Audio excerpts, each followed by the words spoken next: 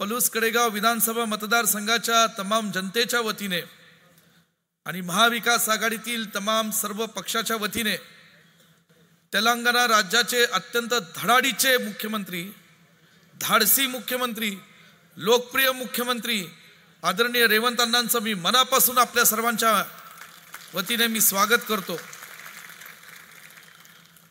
अन्ना, मैं हमारे लोगों की तरफ से आपका यह स्वागत कर रहा हूं, क्योंकि सब लोगों ने सिर्फ आपका जलवा सुना है, आपका जलवा टीवी पे देखा है, लेकिन तेलंगाना में रेवंत अन्ना सिर्फ मुख्यमंत्री नहीं है, वो तेलंगाना की लोगों की हर दिल की धड़कन कौन है तो आदरणीय रेवंत अन्ना रेड्डी है। अण्णांचे माझे संबंध गेले 10 वर्षापासून अधिक काळ आहेत। मी त्यांना खूप जवळून अण्णांना ओळखतो आणि त्यांनी मला धाकट्या भावाप्रमाणे मला प्रेम आणि सन्मान दिलेला आहे। आज खरं तर पलूस कडेगाव विधानसभा मतदारसंघ आणि महाराष्ट्राच्या या निवडणुकीमध्ये ही सांगता समारंभ होत असताना आपण सगळेजण मोठ्या संख्येने मला आशीर्वाद देण्याकरता, शुभेच्छा देण्याकरता या ठिकाणी आलेला आहात। खरं कुठून सुरुवात करायची मला सुचत नाही, कारण मला आता वेळ कमी आहे। आदरणीय पतंगरावजी कदम साहेबांशी आणि मोहनराव कदम दादांशी गेले 50 वर्षाहून अधिक काळ या पूर्वीच्या असणारा भिलोडी मतदारसंघ, पलूस कडेगाव मतदारसंघ आणि पलूस शहराचे संबंध राहिलेले आहेत। पलूस ग्रामपंचायत असताना या गावातील काही बोटावर मोजण्या इतपत मंडळी ही पतंगरावजी कदम साहेबांच्या राजकीय प्रवासात सुरुवातीच्या काळामध्ये होते। साहेबांचा संपूर्ण जीवन प्रवास हा प्रत्यक्षपणे पाहणारी काही मंडळी वयाच्या 70च्या वरची माझ्यासमोर बसलेली आहेत। आपल्या सर्वांना माहिती आहे की साहेबांची सुरुवात अत्यंत प्रतिकूल परिस्थितीतनं झाली।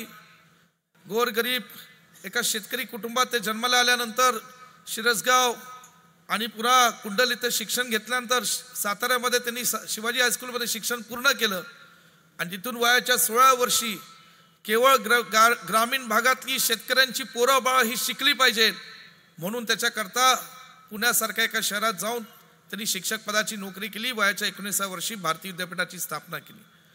साहेबांचा हेतू हा केवळ शिक्षणाचा होता। सर्व हे काम करत असताना वरती घाटावरती मोहनदादांनी त्यांची राजकीय कारकीर्द सरपंच पदापासून सुरुवात केली, पंचायत समितीपर्यंत पोहोचले आणि तब्बल 35 वर्ष जिल्हा परिषद सदस्य म्हणून या जिल्ह्यामध्ये ते सेवा करत राहिले। आदरणीय दादांनी सुद्धा साहेबांनी या सर्व शैक्षणिक क्षेत्रातनं पुण्यापासून विटातनं संपूर्ण सुरुवातीचं बाह्य परीक्षा केंद्राचं जाळं महाराष्ट्रामध्ये नेमलं आणि त्यातून एक या ठिकाणी ग्रामीण भागातल्या मुलांना शिकवण्याचं काम केलं। शिक्षणापासून समाजकारण, समाजकारणातनं राजकारण आणि राजकारणातनं गोरगरिबांचा विकास, सर्वसामान्य लोकांचा विकास या हेतूने साहेब आयुष्यभर काम करत राहिले। 85ला आपल्या सर्वांच्या आशीर्वादाने निवडून दिलं, ते आमदार झाले। 1990ला आपण सर्वांनी आशीर्वाद दिलं, साहेब हाताच्या चिन्ह काँग्रेस पक्षाच्या विचाराने राज्यात मंत्री झाले, शालेय शिक्षण मंत्री झाले, पाटबंधारे मंत्री झाले। ताकारी टेंबूचा माध्यमातून कडेगावातला दुष्काळाचा प्रश्न मिटवण्यासाठी अहोरात्र त्यांनी प्रयत्न केला। हे सगळं करत असताना पुन्हा 99 सालापासून आपण साहेबांना साथ दिली आणि ते राज्याचे उद्योग मंत्री झाले। उद्योग खातं पतंगरावजी कदम साहेबांकडे असताना खरं तर त्यांनी जाणीवपूर्वक पलूस तालुक्याकडे या ठिकाणी पहिलं सुरुवातीला लक्ष केंद्रित केलं आणि आज वैभवरावजी पुदाले तुम्ही पोटतिडकीने सुरुवात भाषण व्यक्त केलं, कारण तुम्ही तुमच्या भावना व्यक्त केल्या। हे पत्रक जे काही पलूस शहरामध्ये ऐन निवडणुकीच्या काळात निघतं ते पत्रक काही नवं नाही। ती नगरपालिका असली तरी निघतं, ग्रामपंचायत आली असली तरी पलूस शहरात निघतं, जिल्हा परिषद पंचायत समिती आलं तरी निघत होतं आणि आता विधानसभा आली तरी निघत असेल। परंतु माणसं पलूस शहरातली जागृत आहेत, जागृत आहेत म्हणूनच 2014ला या पलूस शहराने पतंगरावजी कदम साहेबांना 2500चं मताधिक्य देण्याचं काम अत्यंत प्रेमाने आणि पतंगरावजी कदम साहेबांच्या कर्तृत्वाला दाद देण्यासाठी इथं केलं। काहीतरी जमिनीचा विषय काढतात, मला कळत नाही। शाळा इथं उभी केली, फार्मसी कॉलेज उभं केलं। आज तुमच्या सर्वांच्या साक्षीने मी या ठिकाणी माझं एक पलूस शहरासाठी स्वप्न आहे, कारण पलूस शहर एक चांगलं कृषी शहर आहे, औद्योगिक शहर आहे, की हे पलूस शहर हे महाराष्ट्रामध्ये एक आता नव क्रीडा क्षेत्रासाठी ओळखलं जावं म्हणून आंतरराष्ट्रीय दर्जाचं क्रिकेट स्टेडियम या ठिकाणी फ्लड लाईट असलेले क्रिकेट स्टेडियम आम्ही उभा करतोय। पण काहीतरी लोक पुढे सोडतात। अहो काही लोक विसरले की ह्या पलूस शहराला शेतकऱ्यांसाठी अत्यंत वाईट परिस्थिती होती, परंतु शेतकऱ्यांना जीवनदान देणारा, पुनर्जीवन करणारं यशवंत पाणी पुरवठा योजना जी बंद पडली होती ती पतंगरावजी कदम साहेबांनी MIDCच्या खात्यातनं सुरू केली आणि या पलूस शहरातल्या शेतकऱ्यांना जीवनदान देण्याचं काम केलं. MIDC खातं होतं, पलूसची MIDC मोठी केली, यातले नवे उद्योग निर्माण झाले, तालुक्यातल्या हजारो लोकांना रोजगार उपलब्ध झाला.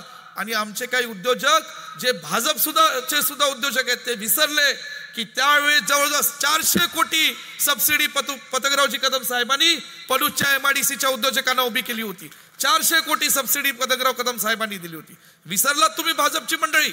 तुमच्यातली सुद्धा लोकांनी या ठिकाणी हात पसरून कदम साहेबांकडे ही सबसिडी घेतली होती. आम्हाला अभिमान आहे की पलूसची MIDC मोठी झाली. आम्हाला अभिमान आहे की आमच्या पलूसच्या उद्योजकांनी स्वतःच्या कष्टाने, स्वतःच्या हिमतीवर हा उद्योग मोठा केला आणि तालुक्यातल्या हजारो युवकांना रोजगार उपलब्ध करून दिला. आज या ठिकाणी पलूसच्या MIDCच्या वायनरीच्या पाक बाबतीत जमिनीचा एक विषय काढला जातो. अरे मी आज जाहीरपणे पलूसकरांना शब्द देतो की येणाऱ्या या महाविकास आघाडीच्या कारकिर्दीमध्ये ह्या वायनरीची जमीन ही खुली केली जाईल आणि पलूसच्या उद्योजकांना इतर क्षेत्रासाठी करून देण्याचं काम हा तुमचा विश्वजित कदम पुढच्या 5 वर्षासाठी करेल. आणि म्हणून पलूसच्या MIDCला चालना देण्याचं काम हे तुमच्या आशीर्वादाने निश्चितपणे मी करेल. आजची सभा ही पलूस कडेगावची सभा आहे. मला 3 मिनिटात उरकायचंय कारण मला त्यांना 20 मिनिटं द्यायचे. मी एवढं नक्की सांगेल, तुम्ही पाहिलंय तुमचं माझं नातं 20 वर्षांहून अधिक काळ आहे. तुम्ही पाहिलंय की साहेबांनी सहकार, शिक्षण, आरोग्याच्या क्षेत्रामध्ये किती काम केलं. सांगलीला भारतीय हॉस्पिटल उभं केलं, त्यातून आज तालुक्यातले पलूस शहरातले असंख्य लोक तिथं आरोग्य सेवा करता जातात. गोरगरीब लोक जातात कारण त्यांना वाटतं की हे पतंगरावजी कदम साहेबांनी आमच्यासाठी उभं केलेलं हॉस्पिटल आहे. आज सूतगिरणी असेल, कारखाना असेल, ज्या संस्था उभ्या केल्या त्यातनं रोजगार तो उपलब्ध करून दिलाच, पण जे उभं केलं ते शेतकऱ्यांसाठी, लोकांसाठी उभं केलं आणि त्यातनं उच्चांकी दर या कारखान्यातनं देण्याचं काम सहकारी तत्वावर या ठिकाणी कारखान्याच्या माध्यमातून झालं. आज रस्ते असतील, बुर्ली सूर्यगावचा पूल असेल, 32 कोटीचा पूल तुमच्या विश्वजित कदमने मंजूर करून आणला. 38 कोटीची या ठिकाणी आपल्या पलूस शहरासाठी नळ पाणी पुरवठा योजनेची या ठिकाणी मंजूर करून दिली. फक्त मला आमच्या सर्व नेत्यांनी एकदाच शब्द टाकला की बाळासाहेब तिथली भारतीय विद्यापीठाची जागा आम्हाला देता येईल का? एका क्षणात विलंब न करता या ठिकाणी भारतीय विद्यापीठाची जागा पलूसच्या आपल्या नळ पाणी पुरवठा योजनेसाठी आम्ही मंजूर करून दिली. कुठलंही केलं नाही. अहो पलूस शहर आमचं आहे. आम्हाला या घरातली, इथली शहरातली माणसं ही आमच्या कुटुंबातली माणसं या ठिकाणी अशी वाटतात. मग कधी पलूस शहरातली आणि तालुक्यातली लोक रिकाम्या हाताने जात नाही. मला सांगायचंय की मी परवा कडेगावला अर्ज भरत असताना या ठिकाणी 1200 कोटीचा विकास निधी आणला. कदाचित माझ्या विरोधकाला कमी लिहिता वाचता येतं. अरे 1200 कोटीचा पुस्तकीतनं बघा हा निधी कसा या गावोगावी आम्ही या ठिकाणी पोहोचवलेला आहे. राज्यमंत्री म्हणून काम करत असताना मी पुरामध्ये काय काम केलं. जी माणसं पुराच्या अर्ध्या फुटाच्या पाण्यात उभी नव्हती, जी माणसं त्या लोकांच्या दुःखाची अश्रू पुसण्यासाठी कधी गेली नव्हती, ती माणसं 4.5 वर्षानंतर तुमच्याकडे निवडणुकीच्या माध्यमातून मतं मागायला इथं आलेले. अहो कडेगाव तालुक्यात विचार करा तिथं काय काय अवस्था आहे. 20-20 वर्ष या लोकांनी शेतकऱ्यांच्या 7 बोजे चढवलेले आहेत. 20-20 वर्ष गोरगरीब शेतकऱ्यांना त्यांचे बोजे उतरता आले नाही आणि 20-20 वर्ष साधे सोसायटीचे कर्ज घेता येत नाही.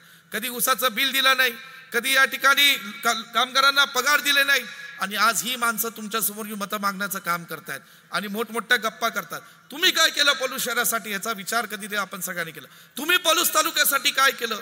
जर औदुंबराच्या देवस्थानापासून इथं पुंदीच्या मंदिरापर्यंत आणि आपल्या पलूस शहरापर्यंत कुणी माहिती काढा पतंगरावजी कदम साहेब आणि विश्वजित कदमांनी काय केलं. कदम साहेबांनी 450 घरं दलित समाजातल्या आमच्या बांधवांसाठी अंकोल कंपनी इथं बांधून टाकली. विश्वजित कदमांनी या ठिकाणी सातत्याने या पलूस शहराला निधी देण्याचं काम केलं. पलूस तालुक्याला निधी आपल्या सर्वांनी केलं. कुंडल इथे फॉरेस्ट अकॅडमी उभी केली. या पलूस तालुक्याचं नाव या महाराष्ट्राच्या नकाशावर नेलं. म्हणून आपल्या सर्वांना माझी नम्र विनंती करायची, येणाऱ्या 20 तारखेला कुठल्या गोष्टीला बळी पडू नका. विधानसभेचे भाजपचे उमेदवार स्वतःचं कर्तृत्व काही सांगू शकत नाही. ना करोनाच्या काळात तुमच्यात उभी राहिली, कधी तुमची विचारपूस केली नाही आणि माणसाच्या दुःखात आणि संकटात जो उभा राहतो तिथंच खरं या ठिकाणी त्याची नीती कळते. आणि या ठिकाणी आज पुरात सुद्धा उभं राहताना मला एकच समजायचंय की त्यावेळेस पैसा लागत नव्हता. हो, लोकांना मदत करायला पैसा लागत नाही, दानत लागते. हे सर्वात महत्वाचं असतं आणि ते संस्कार आणि शिकवण पतंगरावजी कदम साहेबांनी आम्हाला दिले. आणि म्हणून या ठिकाणी आज जे काही त्यांचे कार्यकर्ते करतात, मला माहिती आहेत, काही उद्योजक असतील, कोण इथं असतील, तुम्ही घेतली ना सबसिडी, तुम्ही होता त्याच्यामध्ये.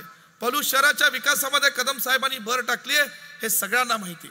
आणि या ठिकाणी छाती टोकपणे मी सांगतो, थोडी संधी द्या मला. येणाऱ्या काळामध्ये जसं पतंगरावजी कदम साहेबांनी पलूस कडेगाव विधानसभा मतदारसंघ हा विकासाच्या बाबतीत महाराष्ट्रामध्ये नेला, तुमचा विश्वजित कदम विकासाच्या बाबतीत पलूस शहर आणि पलूस कडेगाव विधानसभा मतदारसंघ हिंदुस्थानावर पोहोचल्याशिवाय राहणार नाही, हा विश्वास तुम्हाला मी देतो. आणि म्हणून माझ्या बहिणींना विनंती आहे, कुठल्याही आता नव्या स्कीमला बळी पडू नका. आता काय काढलं लाडकी बहीण, कधी काढली? लोकसभेच्या नंतर. लोकसभेच्या निवडणुकीत जेव्हा ह्यांना दणका बसला, महाराष्ट्राच्या जनतेने जेव्हा 48-31 जागा निवडून आला, तेव्हा ह्यांना लाडक्या बहिणीची आठवण झाली. अरे 1500 रुपये आज तुम्ही देताय, आम्ही 30-30 वर्ष मुलींना शिकवतोय, 30-30 वर्ष गरिबांच्या मुलींना आम्ही हॉस्पिटलमध्ये सेवा देतो, आमच्या माता भगिनींना. हे तुमचं माझं नातं हे काल होतं, आज आहे आणि भविष्यात सुद्धा कायमचं राहणार आहे. या ठिकाणी मी तुम्हाला मनापासून सांगतो, ही संस्कार शिकवण कदम साहेबांची आमच्यावर आहे. आणि म्हणून ही मंडळी आज येतील, कुठंतरी तुमचं मतदारसंघाचं नुकसान करण्याचा प्रयत्न करतील, हे करून देऊ नका. आज ही माती आमची आहे, आमचे प्रेमाचे भावनिक संबंध या मातीशी. आणि म्हणून मला आपल्याला विनंती करायची, हे 1500 रुपये देत असले तर या ठिकाणी गॅसचे दर वाढवले, आज साधर तेलाचा डब्बा 1600चा 2200 नेला, आज या ठिकाणी स्टॅम्प पेपर 100चे 500 केले. नुसतं फसवणारे आणि गंडवणारे हे महायुतीचं सरकार आहे. महिलांवर अत्याचार, शेतकऱ्यांवर लाठीचार्ज, वारकऱ्यांवर लाठीचार्ज, असे अनेक प्रसंग या महाराष्ट्रामध्ये घडलेत, जे आज महाराष्ट्राला या ठिकाणी आज गालबोट लावणार आहेत. अहो ते सोडा, महाराष्ट्रामध्ये फॉक्सकॉन आणि एअरबसची कंपनी होती, 2 लाख तरुणांना रोजगार उपलब्ध झाला असता. काय केलं महायुतीच्या नेत्यांनी? झक मारल्या, दोन्ही कंपनी गुजरातला देऊन टाकल्या. का? दिल्लीतनं फोन आला, गुजरातमधनं फोन आला. दुर्दैव असं की ही महायुतीचे नेते हे महाराष्ट्राला आता गुजरात आणि दिल्ली समोर झोकवत आहेत. अरे पण तुमचा विश्वजित कदम हा महाविकास आघाडीचा उमेदवार आहे. हा महाराष्ट्र छत्रपती शिवाजी महाराजांचा, फुले शाहू आंबेडकरांचा महाराष्ट्र आहे. आणि विश्वजित कदम आणि महाविकास आघाडी कधी महाराष्ट्राला दिल्ली समोर आणि गुजरात समोर झुकून देणार नाही, हे या ठिकाणी ठामपणे सांगतो. आज या तलावांमध्ये सुद्धा छत्रपती शिवरायांचा आणि परमपूज्य भारतरत्न डॉक्टर बाबासाहेब आंबेडकरांचा एक भव्य पुतळा या ठिकाणी उभा केला जाईल. आणि हेही आंबेडकरांचा पुतळा स्मारक अत्यंत चांगलं केला जाईल, हा विश्वास तुम्हाला या ठिकाणी देतो. आणि येणाऱ्या काळामध्ये पलूस शहर, पलूस तालुका, पलूस कडेगाव मतदारसंघात कुठल्याही माणसाने कधी माझ्याकडे यावं, महेंद्रप्पा आहेत आणि आता आमच्या दुग्ध शर्करा योध शरद भाऊ सुद्धा माझ्या पाठीशी खंबीरपणे उभे आहेत, अरुण लाड सुद्धा माझ्या पाठीशी उभे आहेत. आणि म्हणून आपल्या सर्वांच्या या ठिकाणी जास्त वेळ न मानता मी आभार मानतो. एक आज रेवंतांना 15 वर्ष मी त्याला बोलवलं नाही, विरोधकांना वाटतं आम्ही बोलवलं, कशाला? ते स्वतःच्या प्रेमाने आले, त्यांचे माझे संबंध आहेत प्रेमाने म्हणून ते आले. या माणसं भाजप किती वाईट वागते तुम्हाला एक प्रसंग सांगतो. रेवंतांच्या मुलीचं लग्न होतं, भाजपने मुलीच्या लग्नातनं त्यांना उचलून नेलं, अटक केली. आणि या माणसांनी शपथ घेतली की ज्या भाजपने केलं त्यांना तेलंगणात हद्दपार करेल. आणि या माणसांनी 2500 पायी पदयात्रा केली आणि या ठिकाणी आज त्यांना मुख्यमंत्री तिथल्या जनतेने केलं. पुन्हा एकदा मी थोडक्यात बोललो, तुमच्या सगळ्यांचे आभार मानून आदरणीय रेवंतांनी मनोगत व्यक्त करा असं मी त्यांना आभार मानतो. जय हिंद, जय महाराष्ट्र. धन्यवाद. तेलंगाना कांग्रेस के नेता एवं मुख्यमंत्री माननीय रेवंत अन्ना रेड्डी